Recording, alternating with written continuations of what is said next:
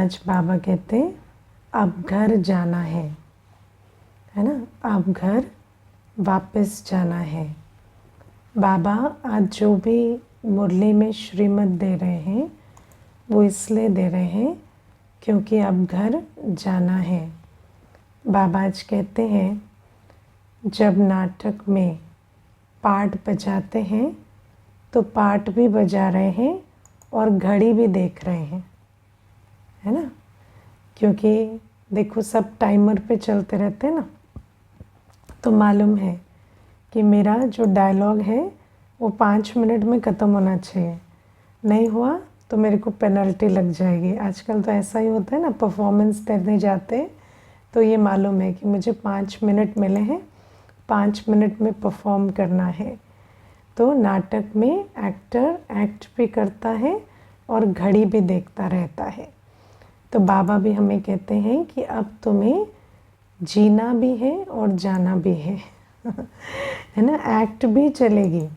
ऐसा नहीं कि कोई एक्ट बंद हो जाएगी और फिर हम कोई जाने के लिए तैयारी करेंगे, ऐसा नहीं है। बाबा कहते हैं चलो तुम एक्ट में हो, स्टेज पे हो, लेकिन ये नहीं भूलना कि अब जाने का समय आ रहा है और जहाँ जाना होता है उसकी तैयारी करनी होती है। जैसे मान लो अभी आपको मधुबन जाना है, तो फिर मधुबन के लिए आप पूछेंगे ना, दीदी वहाँ बारिश हो रही है क्या, छाता लेना है क्या, या मौसम कैसा है, ठंड तो नहीं है, तो वहाँ पर गर्म कपड़े तो लेके नहीं जाने, है ना। या मैं आपको एक बहुत अच्छी बात बताती हूँ। एक बार ना एक भाई थे ऑफिस में, सीनियर पोजीशन पे थे, तो उनको कुछ जीवन में समस्याएं आ रही थी, तो बड़े दुखी, हताश, निराश थे। तो मैंने उनको बोला कि एक कॉन्फ्रेंस अभी हो रही है मधुबन में नए भाई बहनों के लिए, तो आपने तो कभी कोर्स नहीं किया, आप कभी माउंट आबू नहीं गए, तो आप जाइए ना, होकर आइए 3-4 दिन। तो मुझे कहते हैं मैं नहीं जा सकता। तो मैंने कहा क्यों नहीं जा सकते, सब जा सकते हैं, मैं आपका इंतज़ाम कर दूंगी, आप क्यों चिंता करते हैं। तो मुझे कहते हैं नहीं मैं नहीं जा सकता। तो मैंने कहा नहीं, बहुत अच्छी जगह है, आप ऐसे नहीं सोचो कि आपको कोई अच्छा नहीं लगेगा, आपको अच्छा लगेगा, मेरी गारंटी है। तो मुझे कहते हैं तुम ज़िद किए जा रहे हो कि अच्छा लगेगा, मैं कहाँ कह रहा हूँ अच्छा नहीं लगेगा, है ना। तो अचानक से नाराज़ होने लगे। तो मैंने कहा देखो अब इतनी बात हो गई है, आप थोड़ा नाराज़ भी हो चुके हैं, तो अब तो मैं जाने बिना नहीं जाऊंगी कि क्या कारण है कि क्यों नहीं जाएंगे। तो मुझे कहते हैं मैं सिगरेट पीता हूँ, अब वहाँ तुम कैंपस में तो मुझे नहीं अलाउ करेंगे ना स्मोक करने के लिए, तो मैं तो नहीं रह सकता स्मोक किए बिना, मैं चेन स्मोक करूँ। अब मैं बाहर जा के भी अच्छा नहीं लगेगा कि मैं सोचूं कि मैं तो पाप कर रहा हूँ जाके, तो इसीलिए मैं नहीं जा सकता। तो मैंने उनको कहा विचार करो, आप स्मोक करते हैं तो आपका इतना कॉन्फिडेंस नहीं है कि आप माउंट आबू जा सकते हैं, है ना। भगवान के घर ऐसे भौतिक जगत में भी जाने का आपको कॉन्फिडेंस नहीं है, लेकिन जब बुलावा आएगा तो घर तो जाएंगे कि नहीं है ना, वहाँ तो जाना पड़ेगा ना। यहाँ तो चलो आपने कह दिया मैं स्मोक करता हूँ तो यहाँ नहीं जाऊँगा, चलो ठीक है मैंने मान भी लिया, लेकिन जब समय आएगा तो वहाँ तो जाना पड़ेगा। हमारा एक घर भी तो है ना परम धाम, तो फिर वहाँ कैसे जाएंगे जब ये आदतें पाली होंगी, तो वहाँ जाने की भी तैयारी करो तो फिर इस प्रकार से कॉन्वर्सेशन हुई। तो शिव बाबा हमें कहते हैं कि जब हम कहीं जाते हैं तो हम जानना चाहते हैं वहाँ मौसम कैसा है, वहाँ चीज़ें कैसी हैं, वहाँ कौन से हमारे संस्कार चलेंगे, कौन से नहीं चलेंगे, है ना। सारी चीज़ें इम्पॉर्टेंट हैं। आप किसी भौतिक जगत में भी किसी स्थान पे जाते हैं तो आप चेक करते हैं कि मेरे संस्कार उस स्थान के अनुकूल हैं या नहीं है ना। ये भौतिक जगत में भी चेकिंग होती है।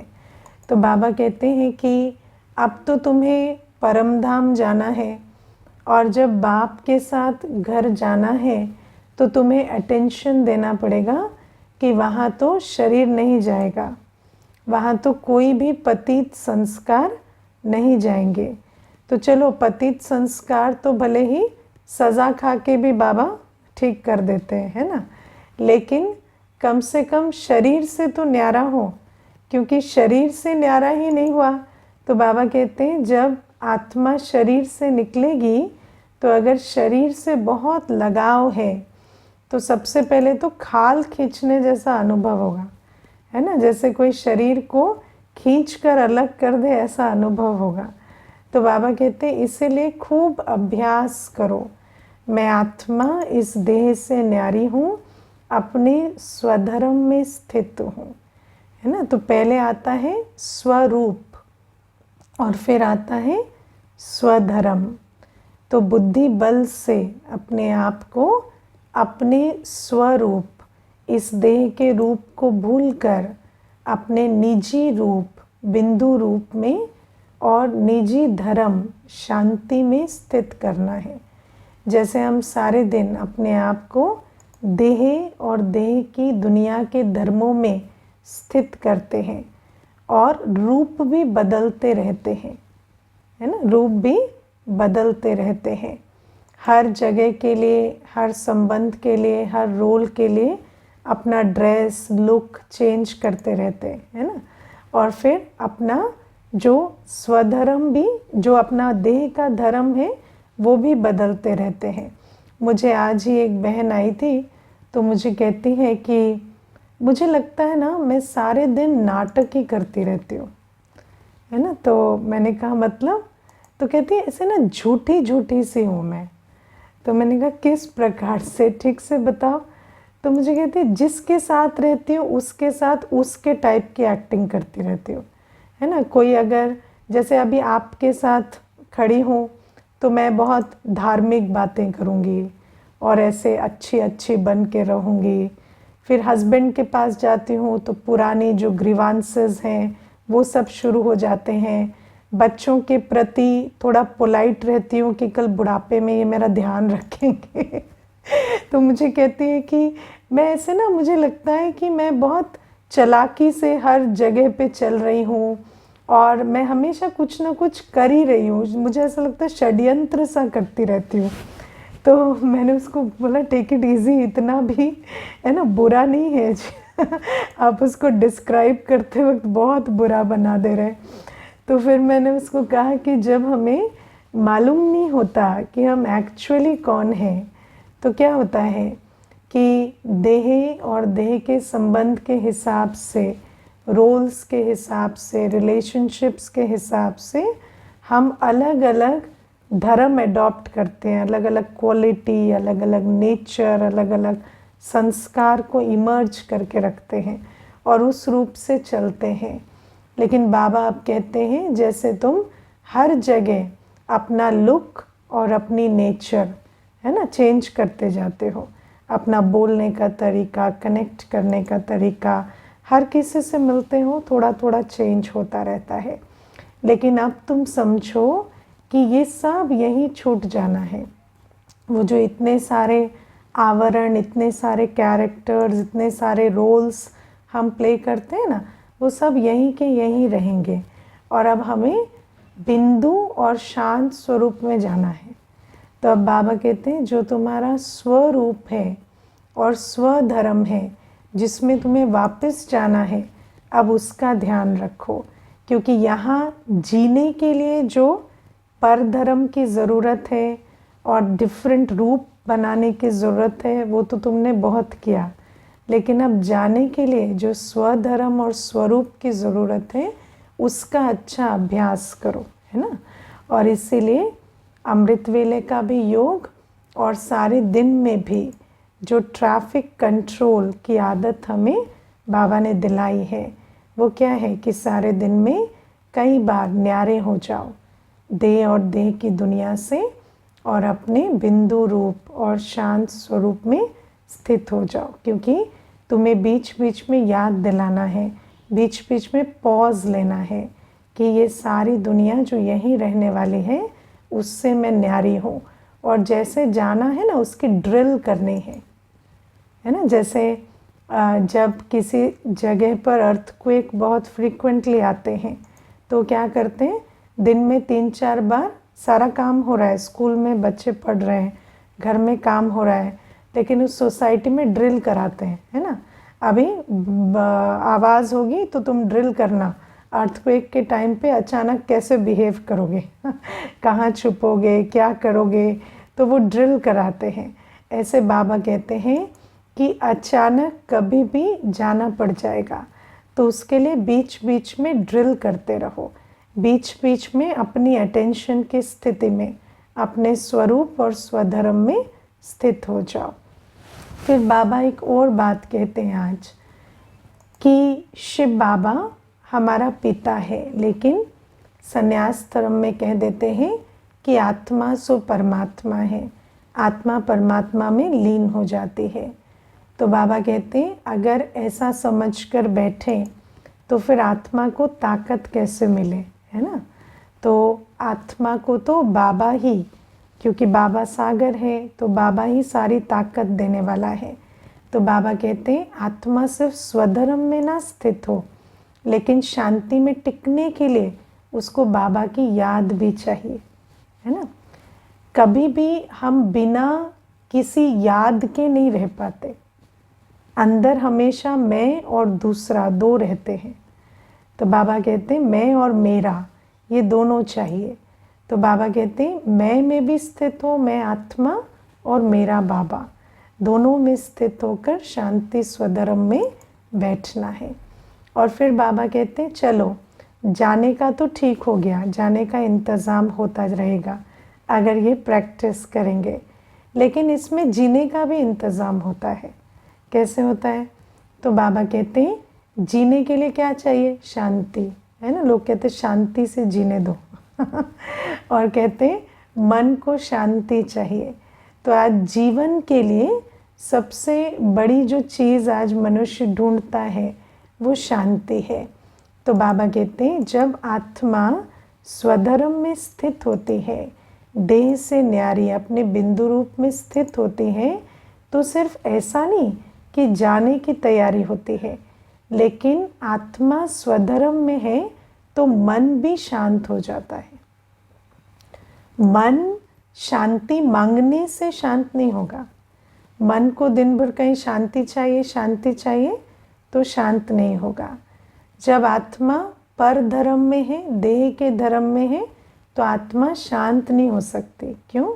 क्योंकि मन तो संकल्प करेगा, इस दुनिया की बातें बुद्धि में रहेंगी तो संकल्प तो चलेंगे, है ना। तो मन शांत कब होता है? जब हम आत्मा इस देह से अपने आप को न्यारा कर स्वधर्म में स्थित करते हैं। और उस स्वधर्म की स्थिति में, क्योंकि स्वधर्म शांत है तो मन भी शांत हो जाता है। और ऐसे शांत मन में कर्म करना, गृहस्थ व्यवहार में चलना, परखना, निर्णय करना भी बहुत आसान हो जाता है। तो ऐसा नहीं है सिर्फ जाना है, जीने की भी तैयारी हो रही है, जाने की भी तैयारी हो रही है, दोनों तरफ प्रॉफिट है। तो बाबा कहते हैं इसीलिए ये जो अभ्यास है ये बहुत बहुत पक्का करना है। अब एक छोटा सा जो नियम है आज हम वो समझेंगे कि आत्मा जिस धर्म में स्थित होती है वो उसका मन बुद्धि संस्कार उस प्रकार से काम करता है। इसको हम लोग इंग्लिश में कहते हैं आत्मा की जो कॉन्शियसनेस होती है, उस कॉन्शियसनेस के हिसाब से, कॉन्शियसनेस माना आत्मा जिस स्मृति में स्थित है ना, जिस चेतना में है, जिस धर्म में स्थित है, उस हिसाब से उसका मन बुद्धि और संस्कार काम करता है। ठीक है। अब मैं एक छोटा सा इसमें एग्जाम्पल जो हम कोर्स में भी देते हैं, मान लीजिए एक डॉक्टर है और वो डॉक्टर बहुत अच्छा सर्जन है, उसने बहुत सारे ऑपरेशंस जीवन में किए हैं, लेकिन आज जब वो ऑपरेशन थिएटर में जाता है तो उसका अपना बेटा ऑपरेशन टेबल पर उसको दिखाई देता है। तो अब क्या वो एक डॉक्टर की तरह सोच पाएगा? क्या उसके मेडिसिन के संस्कार इमर्ज होंगे? क्या उसके डिटैच होकर केयर करने के, इलाज करने के संस्कार, क्योंकि वो डॉक्टर है तो उसके अंदर ये संस्कार हैं कि वो न्यारा होकर अपने पेशेंट का इलाज करे, उसके दर्द से न्यारा, दुख से न्यारा होकर इलाज करे उसका। लेकिन क्या उसके न्यारा प्यारा होने के संस्कार इमर्ज हो पाएंगे? नहीं हो पाएंगे। क्यों? क्या अंदर शिफ्ट हो गया? तो अंदर मैं एक डॉक्टर हूँ से मैं एक पिता हूँ, ये शिफ्ट हो गया है ना। अंदर वो जो धर्म है, पहले किस धर्म में स्थित थे? डॉक्टर के धर्म में स्थित थे। अभी किस धर्म में स्थित हो गए? पिता के धर्म में स्थित हो गए।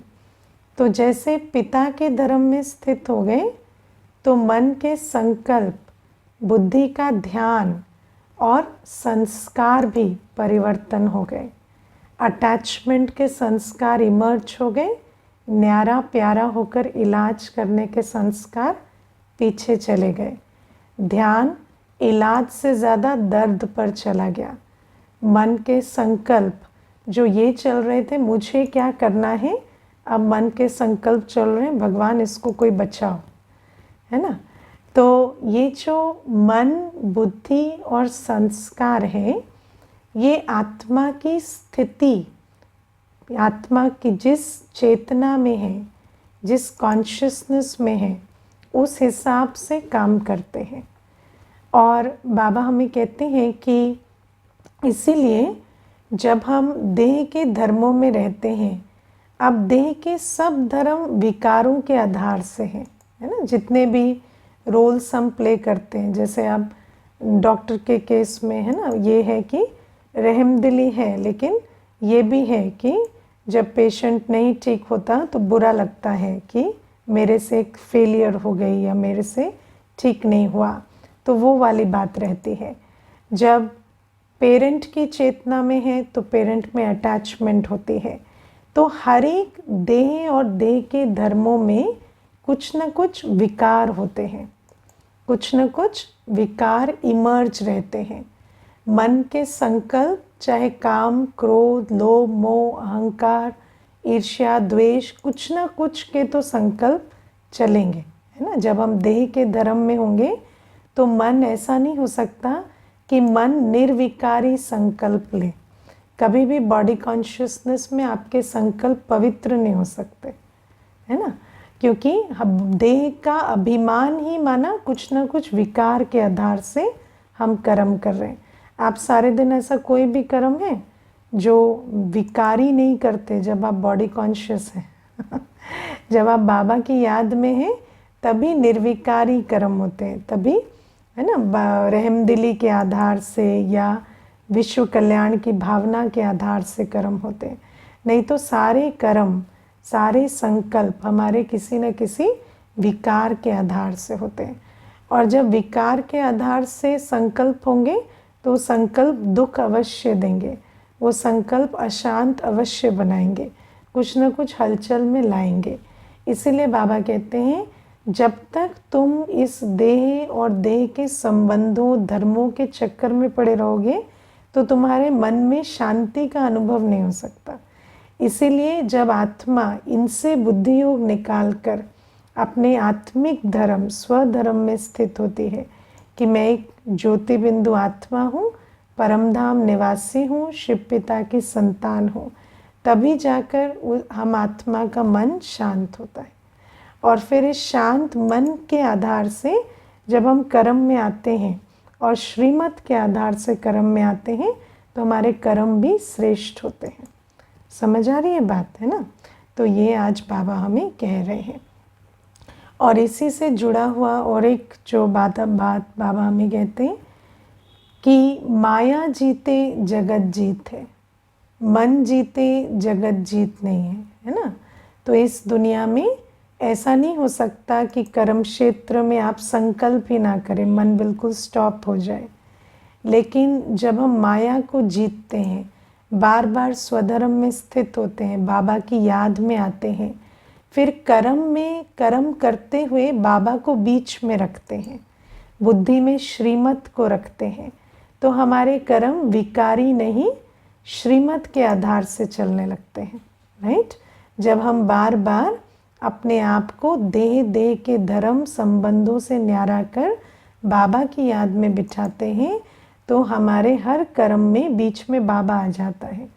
और फिर बाबा की याद, बाबा की श्रीमत पर जब हम कर्म करते हैं तो हमारे कर्मों का आधार माया नहीं, हमारे कर्मों का आधार क्या होता है?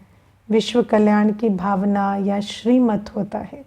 तो उस प्रकार से हम इस दुनिया में जब चलते हैं और माया को जीत कर कर्म करते हैं, तो फिर कहेंगे कि हम जगत जीत बन रहे हैं। ठीक है? तो ये भी बाबा हमें आज कहते हैं। और बाबा आज हमें, अच्छा एक प्रश्न है, पहले वो ले लेते हैं। तो किसी ने पूछा है कि बाबा हमेशा हमें कहते हैं कि सबके साथ प्यार से चलो, आप मीठा बोलो, कोई मीठा बोले या ना बोले, है ना।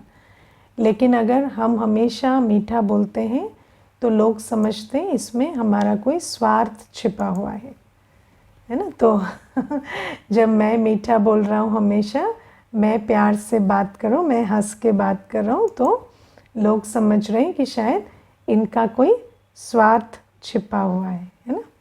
अच्छा, ये प्रश्न है, किसी और का भी प्रश्न है ये?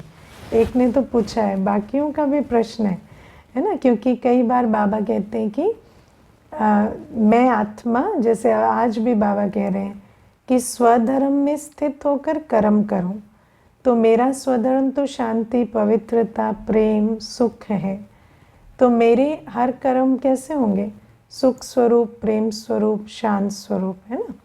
लेकिन कई बार हमारा जो देह अभिमान है वो हमें कहता है कि ऐसा करने से सामने वाला तुम्हें मूर्ख समझेगा या सोचेगा कि ये बार बार क्यों प्यार से बात कर रहे हैं, इनको ही मेरी कुछ पड़ी है ना। अच्छा, मान लो वो आपके बारे में ऐसा सोचेगा भी, उसमें आपका क्या जाता है? आपका कुछ जाता है? अगर वो सारे दिन बैठ के सोच रहा है, इनको ना ज़रूर मुझसे कुछ काम है, इनको है ना मेरे से कुछ लेना होगा, ये ना वैसे तो ठीक से पहले बात नहीं करते थे, आजकल क्या ऐसा क्या हो गया है, ज़रूर इनके अंदर कोई प्लान चल रहा है। मान लो सारे दिन भी आपके बारे में ऐसा सोच रहा है, उससे आपका क्या जाता है? जाता है कुछ? लेकिन अगर आप ये सोचने लगे कि वो ऐसा ना सोचे, तो फिर आप अपने स्नेह स्वरूप, शांत स्वरूप, सुख स्वरूप में कर्म नहीं करेंगे, और फिर आपके सुख, शांति और स्नेह के संस्कार जो 2500 वर्ष तक घटते चले आए हैं वो और नीचे चले जाएंगे। तो उसमें एक्चुअली हमारा नुकसान होता है, हमारी अंतमते सोगति बिगड़ती है ना। तो हमें यहाँ पर रियल लॉस और साइकोलॉजिकल लॉस में फ़र्क करना होगा। जब हम ईगो के चक्कर में आते हैं तो हमें ऐसा लगता है हमारा नुकसान हो गया, हमारी इमेज का नुकसान हो गया, हमारी इज्जत का नुकसान हो गया।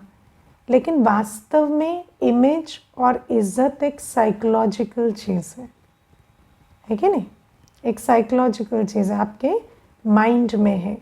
अगर मैं आपको पूछूं कि 1 to 10 की रेटिंग पे आपकी इमेज क्या है और आपकी इज्जत कितनी है कोई मीटर आपके पास? कितनी इज्जत और कितनी इमेज है आपकी, है ना। तो इतने सालों से हम इतनी इज्जत कमा रहे हैं, इतनी इमेज को प्रोटेक्ट कर रहे हैं, और 1 to 10 के स्केल पे कोई इज्जत, कोई इमेज का पता नहीं है कि वो है कहाँ, है ना। क्योंकि आज आप सोचते हैं मेरी इमेज बहुत अच्छी है, कल आपको पता चलता है आपके नाम का सर्कुलर चारों तरफ बट रहा है कि ये तो ऐसे हैं, वो वैसे हैं, है ना। सबके मन में आपके प्रति कुछ और ही चल रहा है। तो ये जो हम जिस लॉस के चक्कर में पड़े हैं, वो सिर्फ हमारे माइंड में है।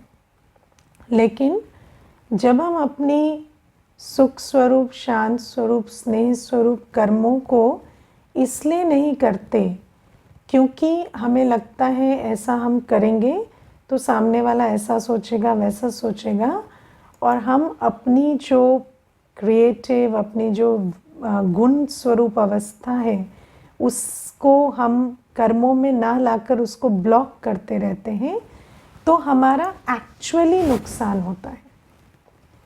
वो साइकोलॉजिकल नहीं है। सुख, शांति, प्योरिटी, खुशी, स्नेह ये रियल है।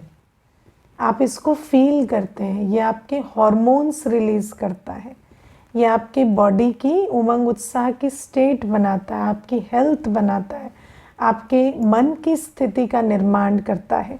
आप मानसिक रूप से स्वस्थ हैं या बीमार हैं, वो इन चीज़ों से डिटरमिन होता है। ये कोई साइकोलॉजिकल नहीं है, ये रियल है।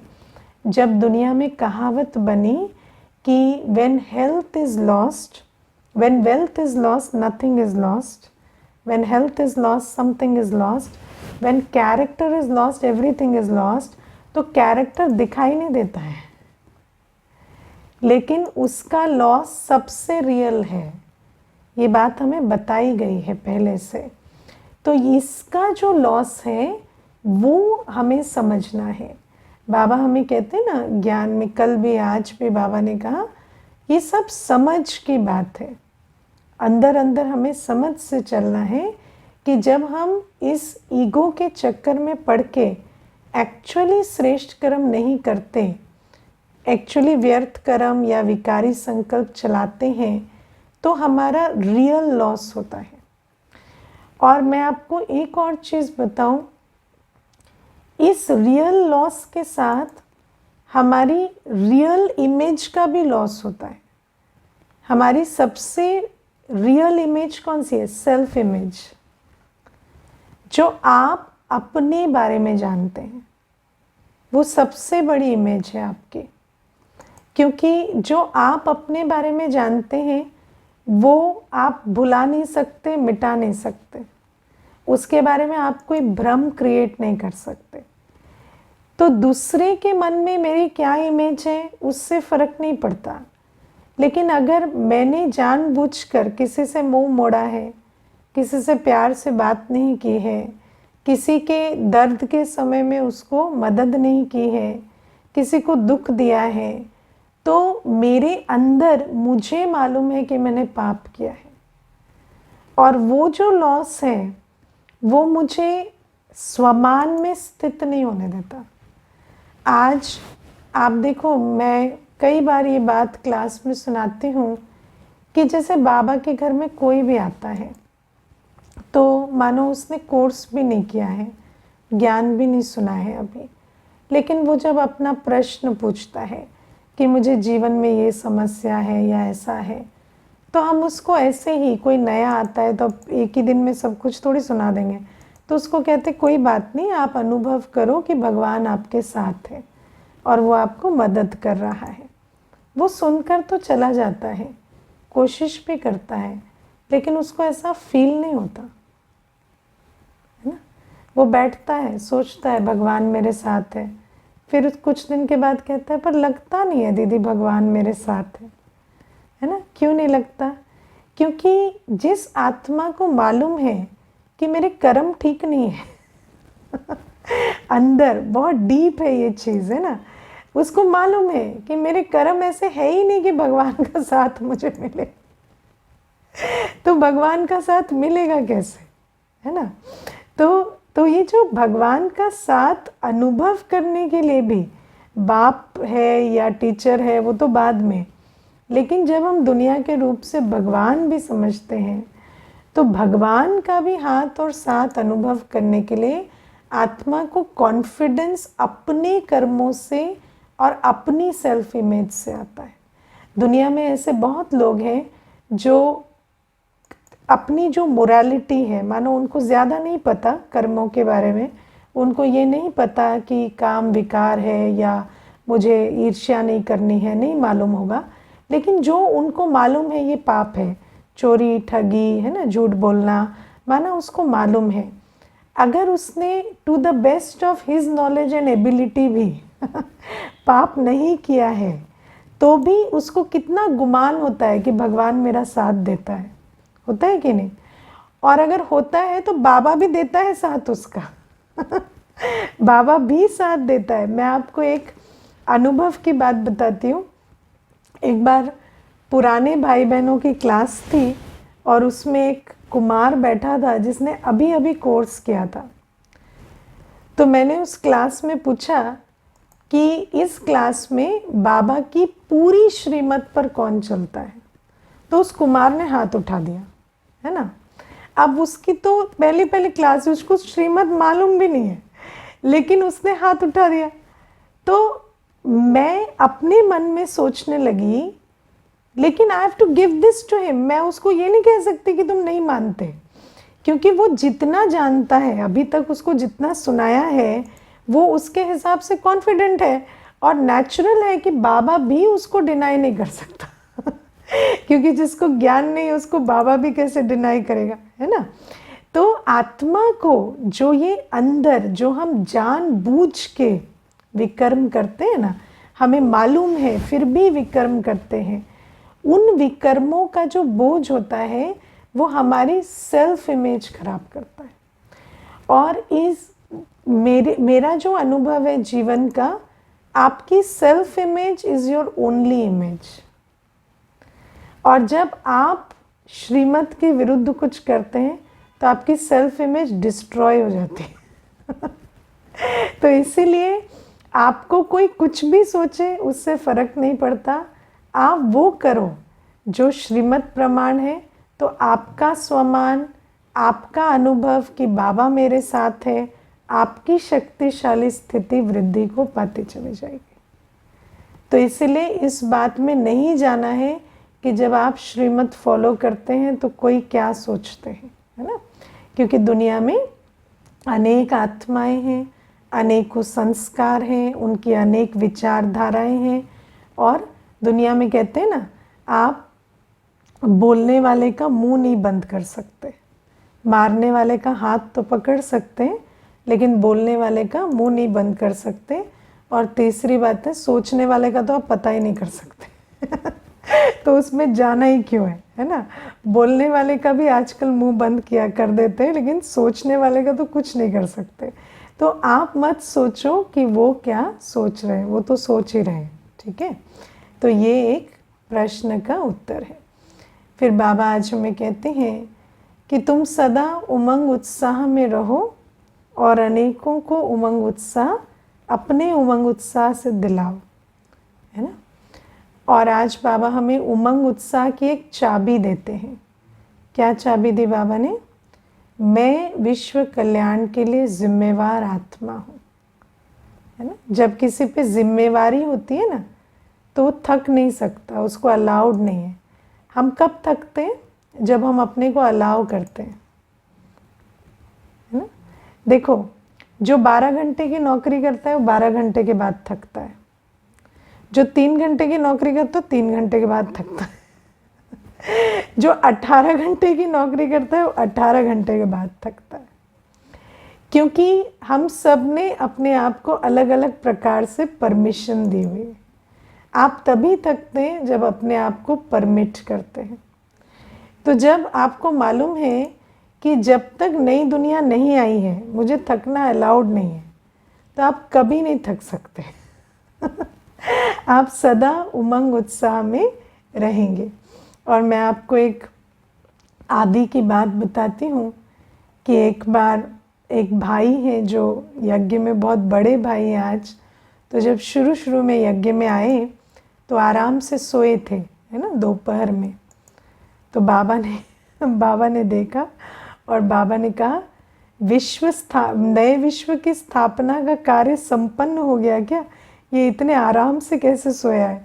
इसको उठाओ और शिमला भेजो सेवा में नया सेंटर खोलेगा, है ना तो बाबा कहते हैं कि इतनी सेवा पड़ी है, तुम आराम कर कैसे सकते हो? तो जब हमें ये समझ आ जाता है कि ये विश्व कल्याण का कार्य मुझे करना है, तो आपको नींद नहीं आएगी, थकान नहीं होगी। और जब आपके आसपास आत्माएं आपको देखेंगी तो उनको भी थकान नहीं होगी, क्योंकि एक थकता है तो दूसरे भी थकते हैं। ये सब जैसे वो कहते हैं ना, एक उबासी लेता है तो दूसरे को भी नींद आना शुरू हो जाता है। तो थकान भी ऐसी है। सारा विकार कंटेजियस होता है ना।